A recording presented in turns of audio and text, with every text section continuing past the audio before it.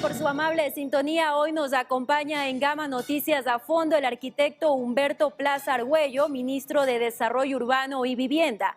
Dialogaremos sobre la propuesta de ley orgánica de subir el IVA al 15% para enfrentar el conflicto armado interno en el país y su injerencia en el sector de la construcción.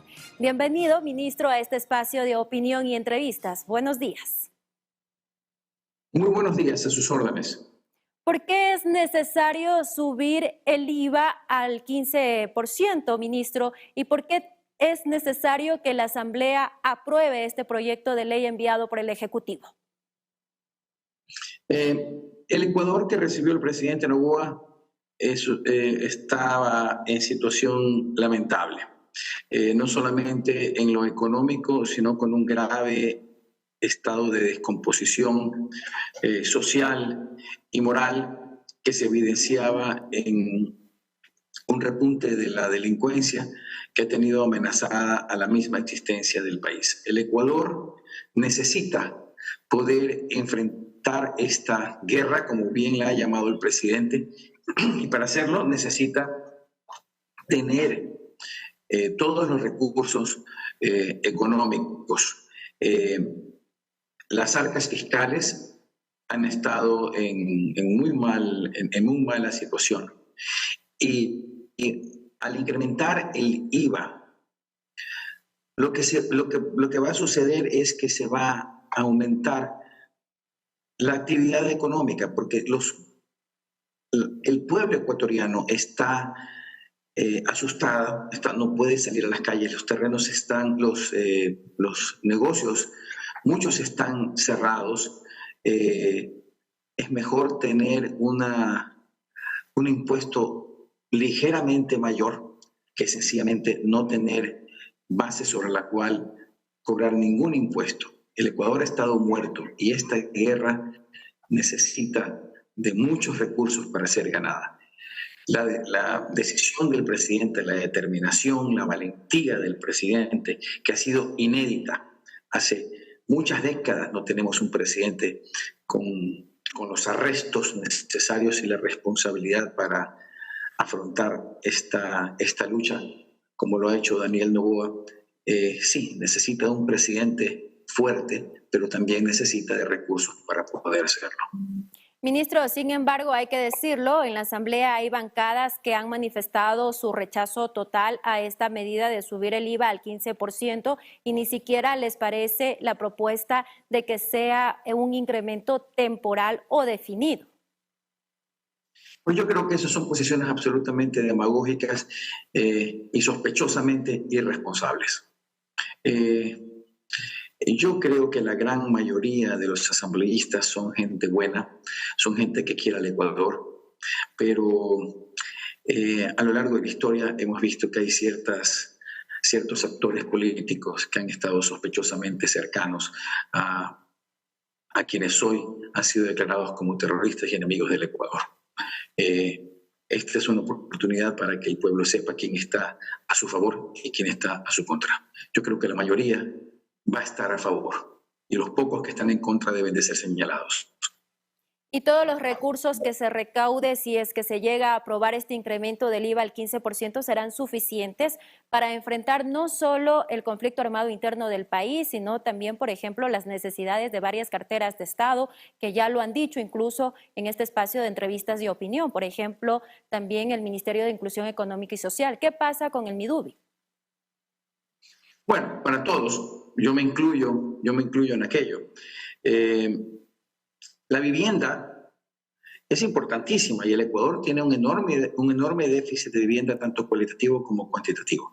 Si nosotros tenemos un país moribundo, tomado por el hampa, con una actividad económica disminuida a niveles insólitos, nosotros no vamos a poder hacer gran cosa, aunque dependamos de multilaterales actualmente, porque en algún momento dado esos dineros tienen que ser pagados. Yo estoy seguro que si se logra, como se va a lograr, una reactivación económica y un triunfo contundente, definitivo, sobre los enemigos de la patria, creo que tendremos un nuevo Ecuador mucho más activo y tendremos más techos dignos para los ecuatorianos. Ministro, para conocer más a detalle y también profundizar un poco en este tema, en el Midubi, por ejemplo, ¿qué está en riesgo si no se cuenta con liquidez en el Estado? Bueno, que podremos hacer muy pocas viviendas. Muy pocas viviendas. La intención del presidente es hacer una cantidad importante de viviendas, no solamente viviendas nuevas, atender el problema cualitativo de viviendas que existen, que están en mal estado. Hay un programa que se llama 1000 pisos, de gente que tiene sus casas con sobrepiso de tierra. Existen parques inclusivos que tenemos que hacer. En fin, la dignidad que da el vivir bajo un techo adecuado es una prioridad claramente expresada por este gobierno y en particular por el presidente de la República. Es una responsabilidad muy grande que ha puesto sobre mis hombros y estoy completamente seguro que con esta alza del IVA vamos a tener los recursos suficientes para poder poner al Ecuador en marcha otra vez y para poder tener los recursos especialmente para neutralizar a aquellos que de manera miserable nos tienen contra el piso. Eso no va a volver a suceder. Con esta plata vamos a sacar la cabeza en alto y vamos a ganarles. Tenemos que ganar. Hoy en día, ¿cuál es el déficit habitacional en el país, en el Ecuador? Bueno, tenemos más o menos entre el 20 y el 25% de déficit cualitativo y cuantitativo. Es enorme. En un año y medio, evidentemente, nadie lo va a poder hacer. Eso es un tema que viene ancestral desde hace muchísimo tiempo. Y sin dinero no podremos hacer prácticamente nada. Vamos a hacer en este año más de lo que ha hecho por año ningún gobierno en la historia del Ecuador. ¿Y cuáles son las ciudades o las provincias precisamente donde carecen de las viviendas y también cómo avanzan estos proyectos de vivienda en esta nueva administración, ministro? A ver, nosotros en el Midubi no hemos recibido desafortunadamente muchos proyectos que estén listos para ser emprendidos. Ese es un gobierno corto, yo no tengo ni el dinero, ni tengo el tiempo especialmente, más que el dinero es poco y el tiempo es todavía menos, para andar haciendo consultorías de diseño. Nosotros estamos haciendo un esfuerzo enorme por desarrollar in-house todos los proyectos para tener cobertura en todo el Ecuador. En todo el Ecuador. Nosotros estamos teniendo permanentemente reuniones con alcaldes de todas las regiones del Ecuador y el conseguir terrenos donde hacer proyectos de vivienda ha sido realmente una actividad difícil. Hay municipios donde es más difícil que otros. Así también existen lugares del Ecuador donde el déficit de vivienda es mayor. Por ejemplo, en la provincia de Guayas, Manabí y Los Ríos. No solamente por la migración y por temas de pobreza, sino también que hemos tenido problemas de desastres naturales, inundaciones, y hay zonas de riesgo donde nosotros estamos identificándolas para tratar de sacar a las personas de esos lugares antes de que la desgracia se nos adelante. Ese es un tema bastante delicado. Y precisamente, bueno, también, ¿qué otras alternativas de pronto analiza el gobierno o le queda al Ejecutivo para buscar esos recursos que son tan necesarios en el caso de que no se apruebe esta propuesta, de que ustedes no cuenten con este incremento del IVA al 15%, ministro? A ver, yo creo que lo vamos a lograr porque al final del partido la mayor parte de los congresistas son gente buena. Yo considero que hay que ser un verdadero ingrato y un irresponsable para votar en contra de esta alternativa. Digamos que los enemigos de la patria sean mayores. Yo no lo creo. Yo creo que son contados. Pero digamos que esto no suceda. Nosotros estamos también buscando alternativas no de créditos, sino de inversión, que es distinto. El crédito uno tiene que emitir bonos soberanos y algún rato se lo tiene que pagar. Cuando hay inversión, esto es gente que cree en el Ecuador, porque en el extranjero hay gente que sí cree en el Ecuador. Nosotros estamos tratando de conseguir recursos para hacer proyectos de vivienda. El Midubi no es un constructor, el Midubi es un gestor y es un promotor de viviendas. Entonces nosotros estamos tratando de juntar a gobiernos autónomos descentralizados, promotores privados, constructores, inversionistas extranjeros. La labor nuestra es de poner a todas estas personas en una sola mesa y tratar de sacar la mayor cantidad de proyectos de vivienda de interés social adelante en el corto tiempo que tenemos. Necesitamos hacer lo que no se ha hecho en el pasado. Tenemos muchísimas ganas, tenemos una determinación muy grande y tenemos fe en que este gobierno va a tener éxito a la hora de tramitar este aumento del IVA, que un aumento de IVA no suena simpático, pero mucho más antipático es morirse víctima de un vacunador o un sicario.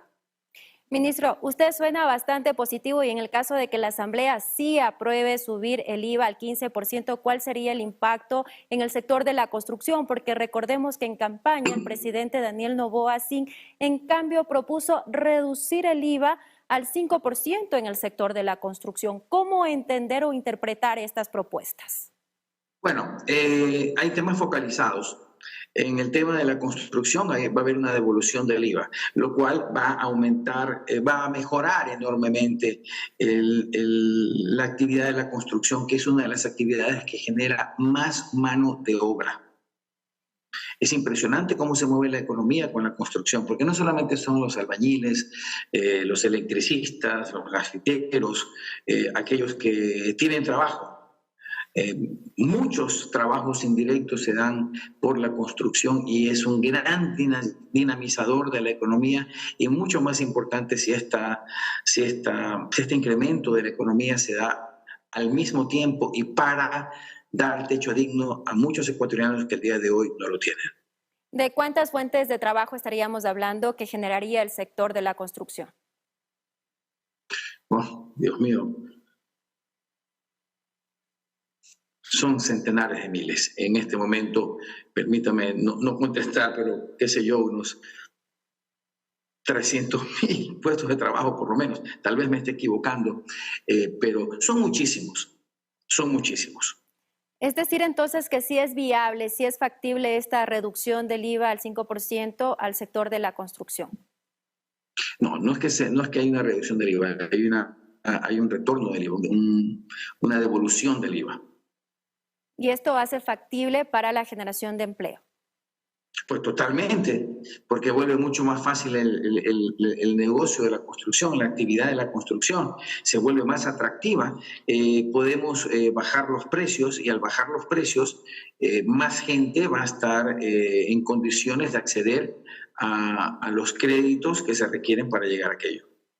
Gracias, ministro. Ya para finalizar también esta entrevista, importante conocer las acciones que está llevando a cabo el Midubi con respecto a lo sucedido en Alausí, esta atención a esta emergencia en Alausí. ¿Qué ha pasado con las viviendas de las personas damnificadas en ese sector?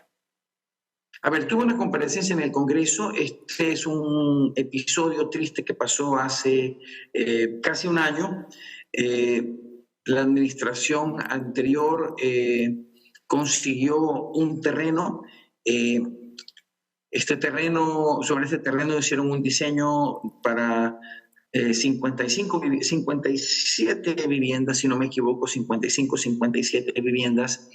El hecho es que luego hicieron un estudio de suelos y se determinó que lo que se necesitaba para el movimiento de tierras y para la construcción de muros de contención aumentaba el costo de las viviendas en 56,99%, 57%. Hasta allí yo recibí esta es la situación en la cual yo lo he recibido.